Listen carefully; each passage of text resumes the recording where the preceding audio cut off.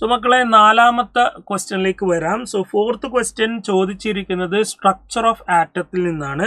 Structure of ആറ്റത്തിൽ bore കോൺസെപ്റ്റിലെ നമ്മൾ hydrogen ആറ്റത്തിൻ്റെ സ്പെക്ട്രവുമായി ബന്ധപ്പെട്ട അല്ലെ അതിൻ്റെ എനർജിയുമായി ബന്ധപ്പെട്ടിട്ടുള്ള ഒരു ക്വസ്റ്റ്യൻ ആണ് ചോദ്യം. സോ നോക്കുക, energy required by electrons present in first Bohr orbit of hydrogen atom to be excited to second Bohr orbit. ഇപ്പോൾ ഡയറക്റ്റ് ക്വസ്റ്റ്യൻ ആണ്. Energy equal to Rydberg constant into 1/nl² minus 1/nh² into z² വേണ്ട, hydrogen atom ആയതുകൊണ്ട് z² 1 ആണെന്ന് അറിയാം. അപ്പോൾ ഇവിടെ റൈറ്റ്ബർഗ് constant into 1/nl² എന്ന് പറയുമ്പോൾ നോക്കൂ നിങ്ങൾ 1/1 ഫസ്റ്റ് ഓർബിറ്റ് ലോവർ ഓർബിറ്റ് ഏതാ? ലോവർ ഓർബിറ്റ് 1 ആണ്, 1² മൈനസ് 1 ഹയർ ഓർബിറ്റ് ഏതാണ്? സെക്കൻഡിലേക്ക് പോയി എന്നാണ് പറയുന്നത്, അത് 2² ആണ് അല്ലേ. സെക്കൻഡിലേക്ക് പോയി എന്ന് പറയുമ്പോൾ അത് 2² ആണ്. നോക്കാം നെക്സ്റ്റ് എന്താ. അപ്പോൾ ഇത് നമുക്കൊന്ന് സബ്സ്ട്രാക്ട് ചെയ്യണം. അപ്പോൾ RH equal to 1 minus 1/4. 1 minus 1/4. അപ്പോൾ ഇതിൽ നിങ്ങൾ നോക്കൂ, 1 മൈനസ് 1/4 എന്ന് പറഞ്ഞാൽ നമുക്കറിയാം ഇറ്റ് ഇസ് 3/4 RH ആണ്. 3/4 RH. Okay, so 3/4 into 2.18 into 10⁻⁻7 എർഗ്സ് എന്നാണ് നമുക്ക് കിട്ടുക.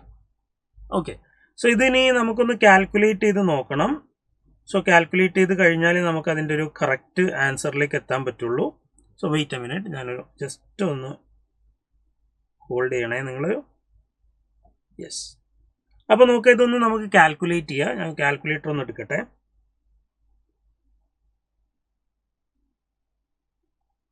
അപ്പോൾ വേണ്ട, നമുക്കിങ്ങനെ തന്നെ ചെയ്യാം അല്ലേ. 3 ഇൻറ്റു 2.18 24 3135 6.54 വരും. 6.54 ഡിവൈഡഡ് ബൈ 4 എന്ന് വരും. അപ്പോൾ 1 × 4 2.5, അത് പോയിന്റ് എടുക്കുക 25 ആയി. അതെത്ര വരും? 8 വരും അല്ലേ. അപ്പോൾ അത് 24 14 വരും. 14 എന്ന് പറയുമ്പോൾ ഏകദേശം 1.83. ഓക്കെ, അപ്പോൾ 12 2.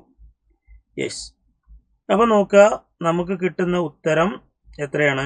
1.83 ഇൻറ്റു 10⁻⁻11.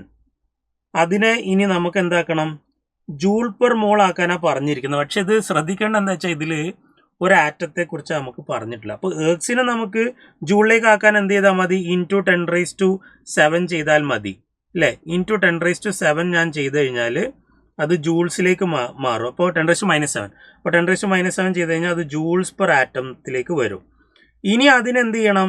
ഇനി അതിനെ ജൂൾസ് പെർ ആറ്റത്തിൽ നിന്ന് അതിനെ ജൂൾസ് പെർ മോളിലേക്ക് മാറ്റണം. ഈ ഒരു കൺവേർഷനാണ് അവിടെ ബുദ്ധിമുട്ടായിട്ട് വരിക. അപ്പോൾ 1.83 into 10⁻18 into joules per atom എന്നുള്ള ജൂൾസ് പെർ മോൾ. അപ്പോൾ ജൂൾസ് പെർ മോൾ ആക്കണമെങ്കിൽ നമ്മൾ എന്ത് ചെയ്യണം? 6.02 ഇൻറ്റു 10⁻23 ആറ്റംസ് മൾട്ടിപ്ലൈ ചെയ്യണം. അപ്പോൾ അതാണ് ജൂൾസ് പെർ മോൾ ആവുക.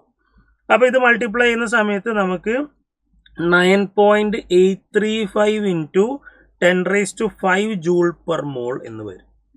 സോ നമ്മുടെ ആൻസർ ഓപ്ഷൻ 2 ആണ്. സോ കാൽക്കുലേഷൻ ചെയ്യാൻ കുറച്ചൊരു ടൈം എടുക്കും. പിന്നെ ശ്രദ്ധിക്കണം, അവിടെ യൂണിറ്റ് കൺവേർഷൻ ഉണ്ട്. അപ്പോൾ യൂണിറ്റ് കൺവേർഷൻസ് വരുമ്പോൾ പ്രത്യേകം നമ്മൾ ശ്രദ്ധിക്കേണ്ടതാണ്. ഓക്കെ.